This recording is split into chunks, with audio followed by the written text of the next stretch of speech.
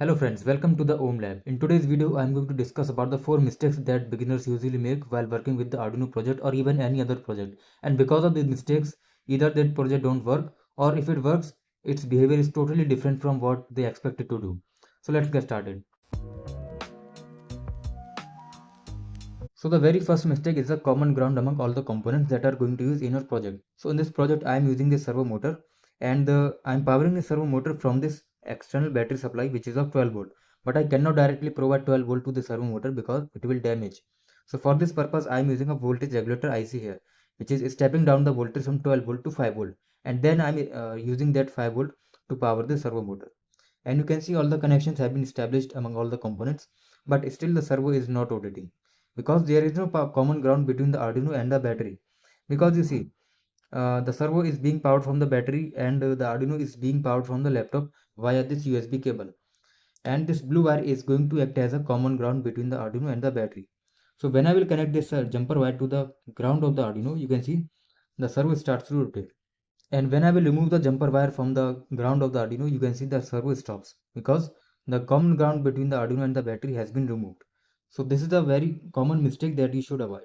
Now the second mistake is not using pull up or pull down resistors while connecting the push button with the Arduino, because there are two ways of connecting the push buttons. First one is input mode and second one is the input pull up mode.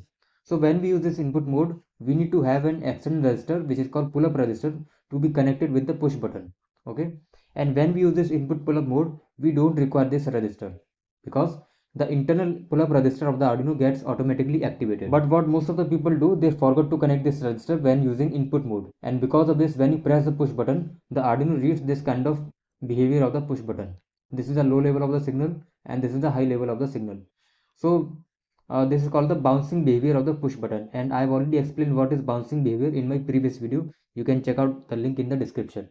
Now you can easily observe that when we are about to press the push button, the Arduino reads multiple button presses and not a single one. And this is called the bouncing behavior of the push button. And you can see there are so many high signals and so many low signals within a few milliseconds of the time interval, right? And this happens because we forgot to connect the external resistor in case of input mode. So this is also the mistake that you should avoid in your projects. Now the third mistake that beginners make is that they try to power high current demanding loads like the servo motor or the DC gear motor directly with the Arduino. Okay, so what they do, they connect the VC and the ground of the servo motor directly with the 5 volt and the ground of the Arduino.